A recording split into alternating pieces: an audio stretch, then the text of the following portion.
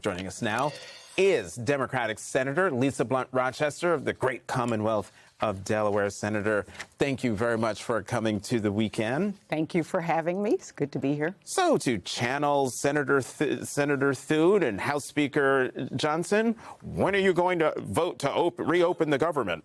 It's a very good impersonation. Yes. I don't know if that was a good impersonation.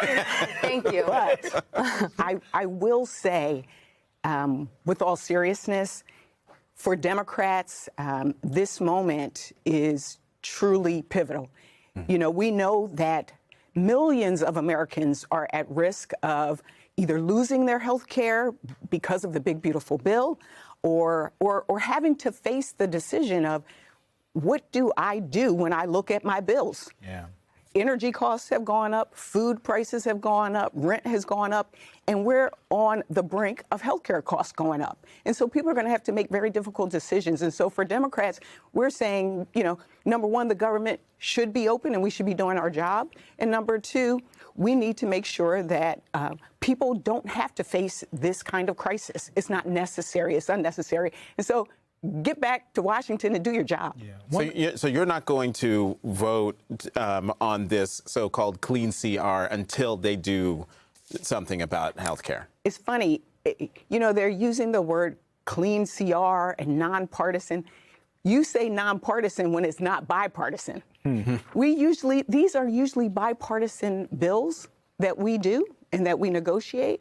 And so, you know, to me, you can't say you are for something and then you are against it. And that's what's happening both with federal workers. You know, they're saying you support federal workers, but yet the plan was always to fire federal workers. It started back in January.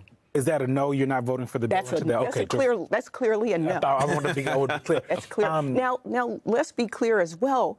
You know, even as recent as this week, I was one of the members that was in a huddle on the Senate floor I saw with that. Republicans saying, look, we want to do what's in the best interest of the people.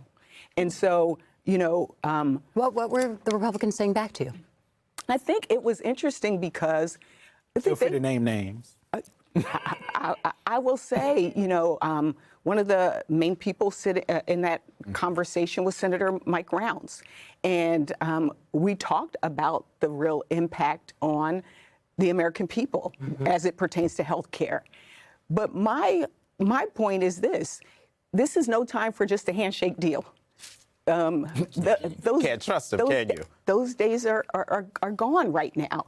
And so, to me, even if Senator Thune said the rank and file can maybe talk, we know that Donald Trump is really the one who controls this. And I don't know if his folks are telling him that half of our small businesses are on the Affordable Care Act.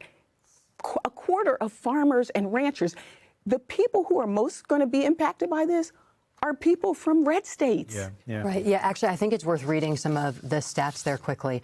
That of the 75 congressional districts where at least 10% of the population is enrolled in the Affordable Care Act, 62 are red-leaning. Florida, Georgia, Texas, and more than half of those 62 districts in states are represented by Republicans. Yes. So, you know, I think there are some Republicans who want to come to the table. Josh Hawley himself said this is a problem.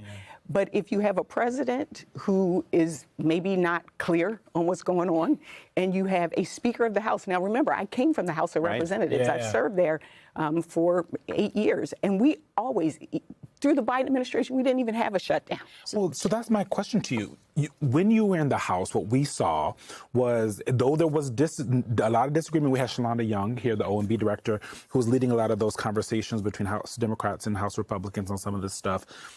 We never heard Democrats say, or the President Biden say, there's nothing to negotiate. Right. And I'm curious what you think of Majority Leader Thune saying we're not going to negotiate, when that's literally the only job you guys have, right? Like, your whole job is to sit down, negotiate, figure out some bills. Right. You know, I think, again, even the thought of Hakeem Jeffries and Leader Schumer going in to meet with the president, they pulled that meeting. The speaker said, no, I don't want them to meet. And so I think that doesn't exhibit leadership in this moment. That's pure and simple. It doesn't exhibit leadership. And, you know, again, I think about my constituents. I think about this woman, Jan, who, when I ran back in 2016, because I came in with Donald Trump, I came in the minority. And when I ran, one of the reasons was because of the Affordable Care Act. And Jan is a small business owner. She had suffered through cancer. She said the Affordable Care Act saved her life. Not saying it's perfect, but right now, when I met with her about a week or so ago, she was concerned about her premiums doubling.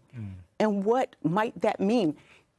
This is about life saving. This is about our economy. Like, all of us are going to be impacted. And I think that's the message that I hope people understand, that yes, there are millions of people on Medicaid that are impacted by that big, beautiful bill. Yes, there are families across the country, but even businesses, this is going to affect all of us. Delaware Senator Lisa Blunt Rochester, thank you for coming to the weekend. Thank you for having us.